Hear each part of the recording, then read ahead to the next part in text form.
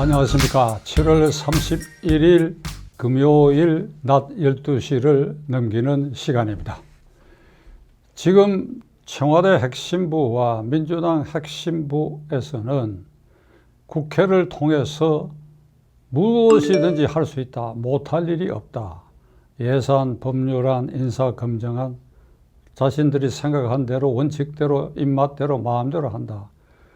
우리가 발호한다는 말이 있습니다. 그 사전적 의미는 굴레 벗은 말이 막 천지분간하지 못하고 날뛰는 형국을 말합니다. 이 정권은 여의도에서, 청와대에서 아주 발호하는 모습을 보이고 있습니다. 유약해진 쪼그라든 야당은 정권과 여당의 발호 앞에서 주눅이 들어가지고 객소리도 못하고 우리는 반대다 그러고 회의장에서 퇴장하는 그런 아주 유약하고 잔인할 만큼 약한 모습을 보이고 있습니다. 국민은 제1야당이 이런 약한 모습 보이는 것 절대 원치 않습니다. 3분의 1이 넘는 일단 의석을 가지고 있고 개헌 지지선도 가지고 있는데 야당의 이런 모습은 제 자신의 경험으로는 우리가 은필칭 50 전두환 정권을 군사 독재 정권이라고 합니다. 그 군사 독재 정권 아래서도 야당은 이러지 않았습니다. 기세등등하게 덤벼들었어요. 기세등등하게 덤벼들면 어찌 되느냐? 여당이 후퇴하고 양보하고 타협하기 마련입니다. 민주화가 이루어져서 30여 년이 됐다고 하는 이 문재인 정권 아래서 이렇게 정권과 여당이 발호하고 그리고 꼼짝 못하게 뒷걸음질 치는 이런 야당, 저는 처음 보는 광경입니다. 미래통합당 비상대책위원장 김종인 위원장은 어제 공개적으로 이런 말을 했습니다. 장외투쟁해야 된다는 소리를 내가 많이 듣고 있다. 그러나 국회를 버리고 장외로 나간다고 해서 일이 해결되는 것이 아니다. 우리가 천천히 정책을 잘 세우고 기다리면 이 국민이 정권의 폭압에 대해서 뭔가 깨우쳐서 일어날 일이 곧 생길 것이다. 우리는 그때까지 기다릴 수밖에 없다. 이런 말을 했습니다. 김종인 위원장으로서는 처절한 야당 경험이 없기 때문에 모든 것을 편하게 생각하는 감이 있는데 김종인 위원장의 이 말을 뒤집으면 우리 국회의원들은 지금처럼 본회의장, 상임위원회 회의장에 가서 이렇다 주장을 하고 그리고 일방적으로 통과시킬 때 수에 밀리면 우리는 그만둔다, 퇴장한다고 나가고 이렇게 하고 있으면 국민이 일어나 준다 이거죠. 지금 이 정권 들어서고 문재인 대통령을 적극 지지한 것으로 40대, 30대가 지난주일서부터 이게 나라냐? 그리고 주로 부동산 문제를 중심으로 해서 길거리에 나서기 시작했어요. 온라인에서도 문재인 대통령 향해서 이게 나라냐? 이게 대통령 아니다. 하는 그 실검 순위에도 높이 올라가기 시작했습니다. 아마도 김종인 위원장은 이런 데 고무되어 있는지 모릅니다. 그러니까 그런 걸 우리 힘을 얻어가지고 정책을 잘 만들어서 내년에 서울시장, 부산시장 선거도 이길 수 있고 그리고 대통령 선거에서도 이길 수 있다. 이런 말을 하는 것 같은데 가령 바깥에서 이 정권의 발호성에 대해서 이걸 제동을 걸고 나무라고 비판하고 하는 목소리가 그냥 폭발해서 광화문 광장에서 작년 10월 3일 당분 이래의 최대 인파가 모여가지고 가자 청와대로 문재인 아웃 이렇게 소리 지른 그런 일이 생긴다고 해서 그것이 곧장 야당의 지지로 옮겨진다고 생각합니까? 김종인 위원장. 야당이 앞서가지고 그러한 민심에 불을 질러서 그들이 분기탱천해서 일어나게 하는 선도 역할, 계기 역할, 심지에 불을 붙이는 역할을 야당이 해야 되는 것입니다. 조용히 있어? 회의장에서 할 말하고 그냥 물러서? 그리고 기다리기만 하면 돼? 말이 안 되는 소리야. 말이 안 되는 소리야. 야당은 모름지기 야당다워야 됩니다. 지금 이 나라의 정치가 정상입니까? 헌법대로 되고 있습니까? 제가 어제도 말씀드렸지요.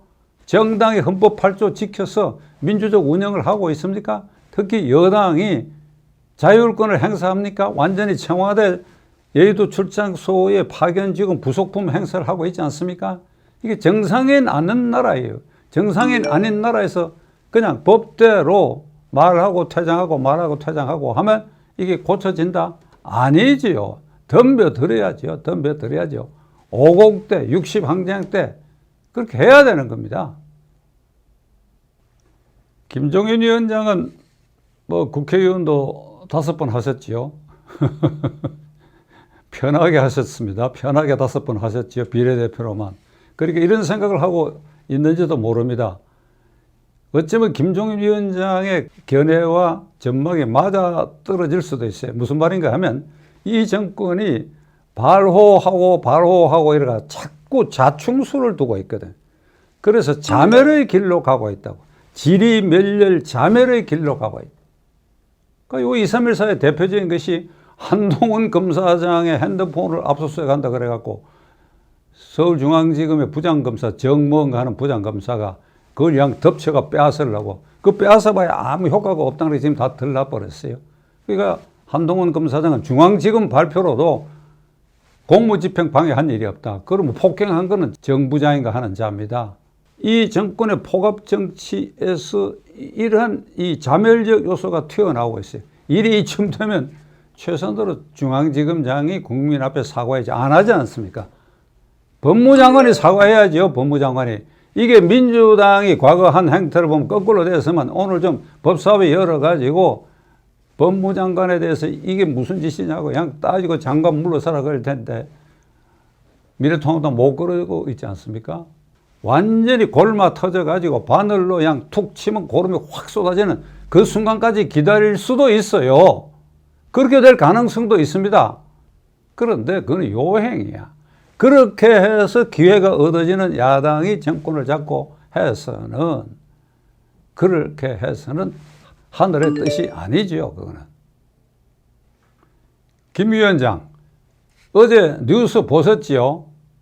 이 정권과 관계되는 실세들을 그러한 부정비리에 대해서는 영구히 손대지 못하도록 아주 검찰, 경찰, 사법기관을 철저하게 통제했습니다. 뉴스를 보고 저는 기가 차서 웃었어요.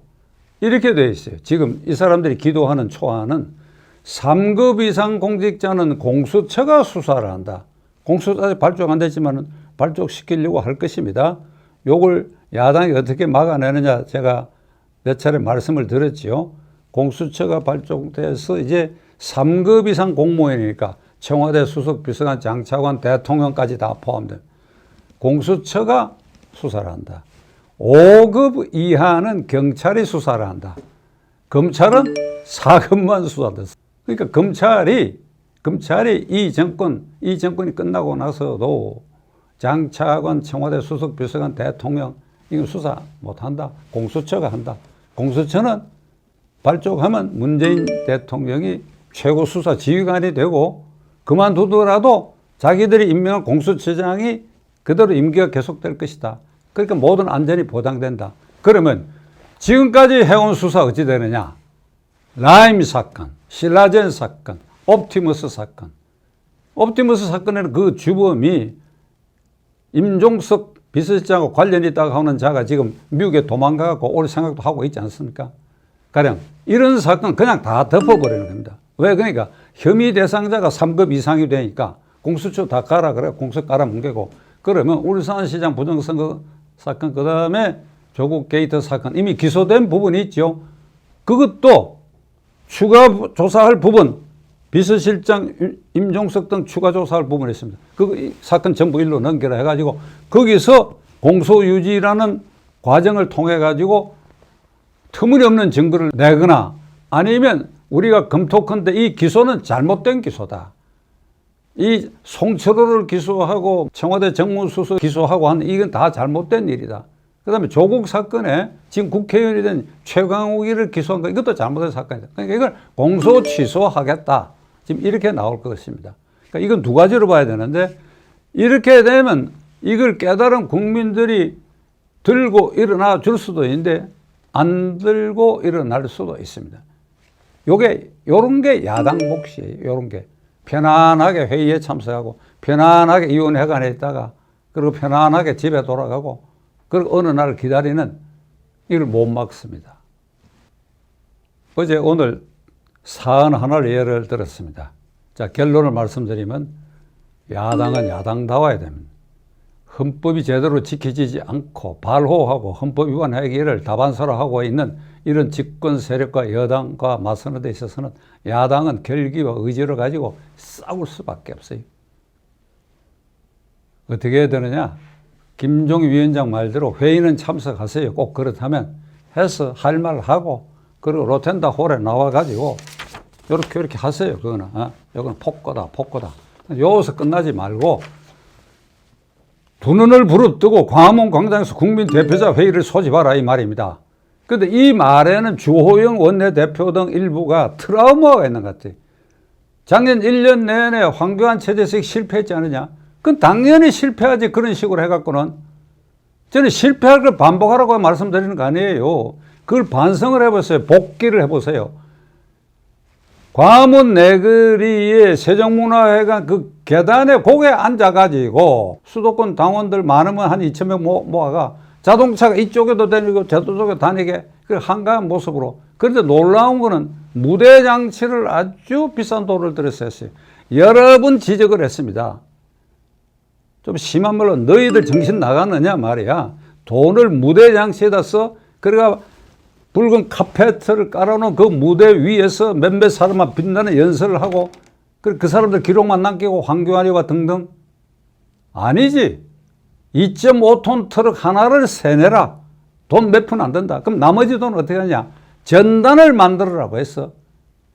SNS 시대에 박찬종이 무슨 전단을 말하느냐. SNS 시대라도 전단 만들어서 이걸 국회의원들이 지역별로 나누어가 시간대별로 나라가 지하철로 대학으로 직장으로 다니면서 이걸 주고 그 말하는 그 절절한 모습을 보이면 그 카메라에 잡혀가 SNS 퍼질 거 아니냐 이거야. 그러면 다 준비가 되고 우리는 어느 날 한다. 이러면 이제 사람들이 많이 모이게 해야 되고 특히 황교안의 실패는 작년 10월 3일 당군 이래 최대 인파가 모인 그 인파가 그래 황교안 체제에서 동원한 겁니까? 아니죠. 정광훈 목사 팀에서 동원한 거죠. 그걸 올라탔어야지. 그걸 목표는 같았는데 그 올라타지다 그걸 외면해버리고 실패했지. 주호영 원내대표 제가 지금 국민 대표자 대회 장외사라고 하는 것은 그거 보안보고 하라는 건 아닙니다. 결정적으로 몇 차례 하는 겁니다. 몇 차례. 한 번을 하더라도 온팡치게 해가지고 소리를 지르면 청와대 안팎에서 들릴 정도로 그럴 정도로 준비를 해야 돼. 준비하는 게 쉬운 일 아니지요. 지금 초선 의원들이 많은가 본데 그대들이 국회의원 선거운동 할 때보다도 더 힘든 노력을 해야 돼요. 노력 없이 과실 딸 생각하면 안 됩니다. 이 야투라고 하는 게 그런 노력을 들여야 돼요. 김종인 위원장에게 부탁합니다. 문재인 대통령 만나세요. 왜 못 만납니까? 안 만나줄 것 같아요? 제가 방법을 오래전에 얘기를 했지요. 전화로 내일 중으로 내가 대통령 뵈러 갈 것이다. 그런 강단을 보여야지요. 왜? 문재인 대통령 할 말이 많지 않습니까? 야당을 국정의 동반자로 하겠다고 했는데 안 하고 있잖아요. 이 모든 돌발 발호 사태의 배후에는 문재인 대통령이 책임져야지요. 그렇지 않습니까? 지금 김태년이님, 이해찬 대표님 그 사람들이 무슨 권한이 있어요? 대통령을 상대로 해야죠. 담판하십시오. 무서운 기세로 담판을 하십시오.